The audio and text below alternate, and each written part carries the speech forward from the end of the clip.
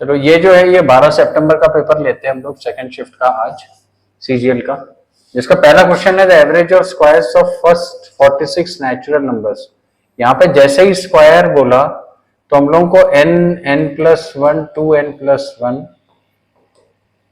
Upon 6 और average बोल रहा है, तो ये n का मतलब हम लोगों को ये वाली कैलकुलेशन करनी है।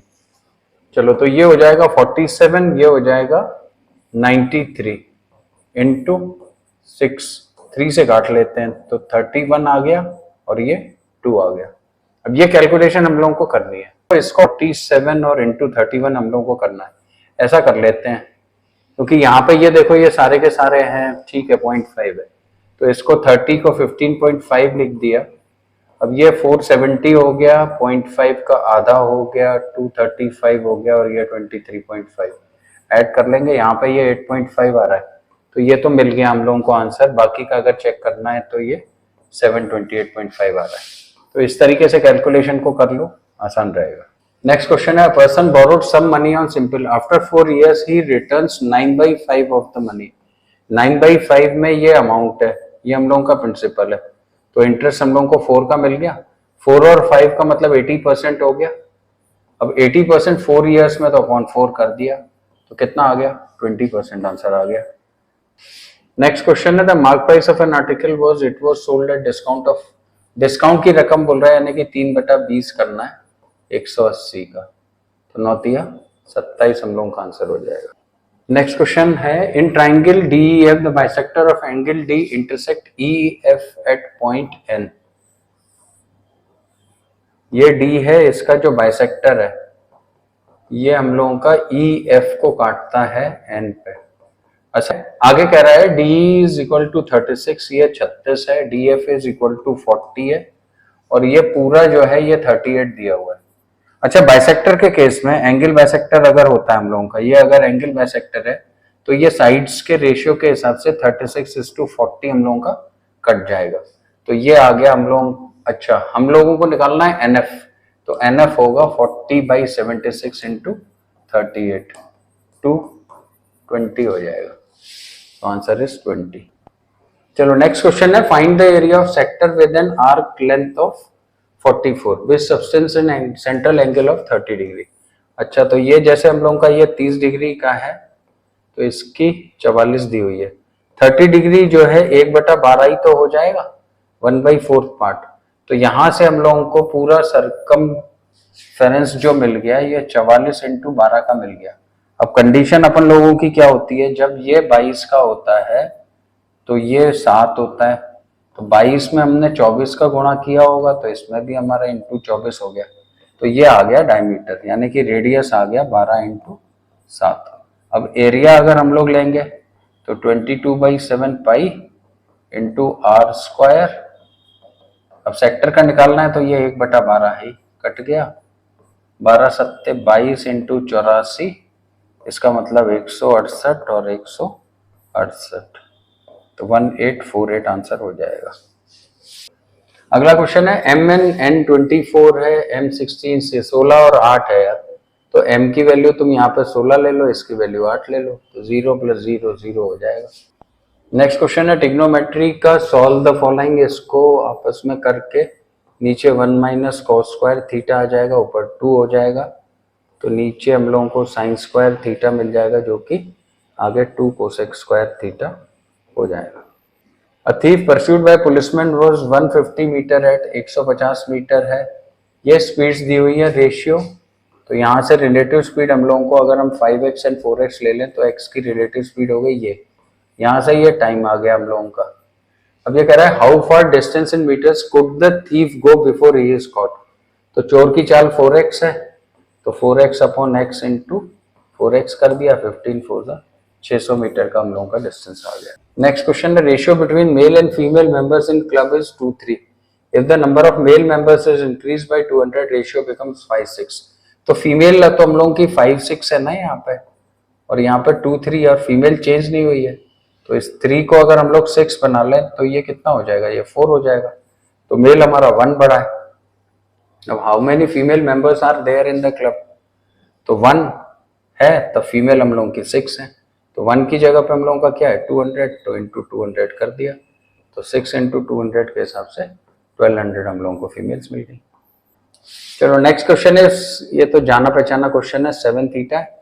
इसको पूरे को अगर हम लोग 1/cos थीटा से मल्टीप्लाई कर दें ऊपर नीचे, तो ये 7 tan थीटा हो जाएगा। tan theta 3/7 plus 5 upon 7 into 3/7 minus का 2, तो ये 8/1 आ गया, तो 8 आ गया।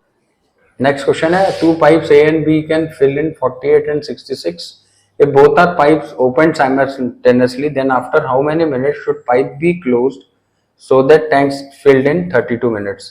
तो पाइप ए पूरे 32 मिनट तक काम करता है ना। अच्छा, प्लस यहाँ पे बी का वर्क है, तो हम लोग 66 लिख लेते हैं अभी हाल फिलहाल में, और ये 1 के बराबर है, तो 16 2 जा 16 3 जा, यानी कि ये वाली वैल्यू 1/3 हो रही है, तो डैश अपॉन 66, तो ये कितना हो जाएगा 1/3 के लिए 22 हो जाएगा, तो 22 आंसर आ गया। Next, every month a man consumes 20 kg of rice and 8 kg of wheat. The price of rice is 20% of wheat, resulting in total expenditure of 300. If the price of wheat is increased by 20%, what percent reduction in the rice consumption is needed to maintain the same expenditure of 300? अच्छा, इसका मतलब ये है कि हमारा wheat पे जो expenditure है ना वो सेम है, तो वीट के एक्सपेंडिचर के लिए हम लोग इधर से निकाल लेते हैं। राइस, जब वीट हम लोग अगर 1 रुपया ले लें तो राइस हम लोगों का 0.2 हो जाएगा, ये 20 किलो हो गया, ये 8 किलो हो गया, यहाँ से रेशियो आ जाएगा हम लोगों का, तो ये 4:8 का मतलब 1:2 हो गया। तो 300 रुपए को अगर हम लोग बांटेंगे तो 200 रुपये हम लोगों के गेहूं पे खर्च हो गए और 100 रुपये हमारे राइस पे खर्च हो गए। अच्छा, एक काम और करते हैं, यहाँ पे जो राइस है ये 5 रुपये पर केजी का रेट आ गया हम लोगों का, 20 से भाग लगा दिया। अब ये कह रहा है कि वीट पर प्राइस 20% बढ़ गया, यानी कि टोटल खर्चा भी तो हम लोगों का 240 हो जाएगा, एक्सपेंडिचर 300 का ही बना रहे। तो राइस पे हमने 60 रुपए का एक्सपेंडिचर किया, तो यहाँ पे तो हम 20 किलो खरीद रहे थे, यहाँ पे अब हम केवल 12 किलो खरीद पा रहे हैं, तो कितना डिफरेंस आ गया 8 का। कहाँ से कम हुआ 20 से, इंटू 100%, तो ये 40% हम लोगों का आंसर आ गया। नेक्स्ट क्वेश्चन है, triangle the length of side BC is 2 centimetres less than the length of side AB। अच्छा, the length of side AC exceeds the, अच्छा ये भी AB से दी हुई है, तो हम लोग यहाँ पे AB को अगर x ले लें तो BC जो है ये 2x माइनस का 2 है, और AC जो है ये x प्लस 10 है। पेरीमीटर दिया हुआ है, द पेरीमीटर इज 40, तो जोड़ लेते हैं 4x प्लस का 8 बराबर 40 के, तो x की वैल्यू यहाँ से 8 आ गई। निकालना क्या है, smallest side of the triangle, तो स्मॉलेस्ट साइड x है। नेक्स्ट है, from a point T the length of tangent to a circle is 32। बना लेते हैं, वैसे बनाने की जरूरत नहीं है, ये 32 दी हुई है, एंड द डिस्टेंस T ये 40 दिया हुआ है, ये हम लोगों का राइट एंगल ट्राइंगल होगा, तो हम लोगों को क्या मिलेगा 40 स्क्वायर माइनस 32 होल स्क्वायर का अंडर रूट, यहाँ से ये r आ जाएगा, और हम लोगों को डायमीटर निकालना है, इंटू 2 कर देंगे, तो ये 72 हो गया, और यहाँ पे ये कितना आ गया 8 आ गया, 72 में 36 है तो 6 हो गया, 16 का 4 हो गया, इंटू 2, तो 48 हम लोगों का डायमीटर आ गया। 2 cylinders have radii, their bases and their heights are in, find the ratio of curved surface area। देखो कर्व सरफेस एरिया 2πRh होता है, तो ये तो कांस्टेंट है हम लोगों का, केवल RH से मतलब है, तो रेडियाई यहाँ पे कितना हो गया 4, इसका कितना हो गया 5, हाइट दी हुई है 5 7, तो इंटू 5 इंटू 7 कर देंगे, ये रेशियो आ जाएगा, कट गया, तो 4 7 आ गया। नेक्स्ट क्वेश्चन देखते हैं, in a garden there are 6 daisy plants the first year. अच्छा, पहले साल में है फर्स्ट ईयर में हमारे पास में 6 हैं, और जैस्मिन के ये कह रहा है 26 है।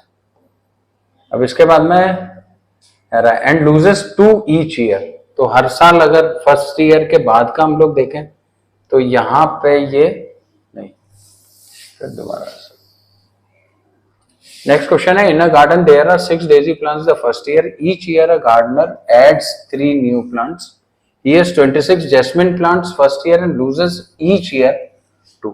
तो अच्छा, पहले साल का अगर हम लोग देखें तो यहाँ पे ये 6 है और यहाँ पे ये 26 है।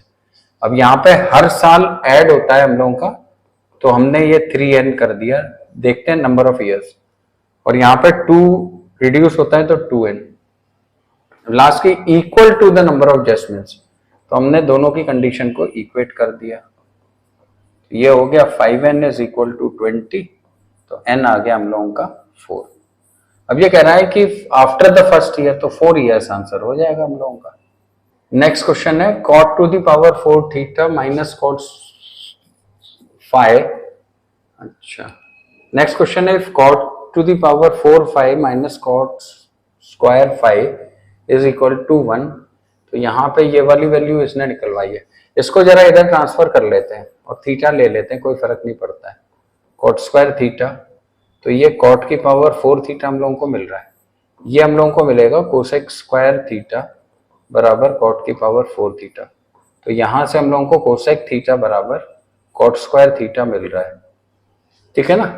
तो हम लोग इसको लिख सकते हैं 1 upon sine theta is equal to cos square theta by sine square theta. इससे ये कैंसिल हो गया, तो इधर से हम लोगों को मिल गया cos स्क्वायर थीटा बराबर साइन थीटा। यहाँ पे अगर हम लोग डाल दें तो ये हम लोगों का साइन स्क्वायर थीटा मिल जाएगा, और ये वैल्यू तो हम लोगों की cos स्क्वायर थीटा के बराबर है, जिसका आंसर 1 हो जाएगा। तो ये रहा। For the following equation values a and b have infinitely many. तो पहला रेशियो हम लोगों का 1/3 है, दूसरा वाला ratio b upon 2a minus 5 कर लेते हैं पॉजिटिव में, और तीसरा 2/6 है।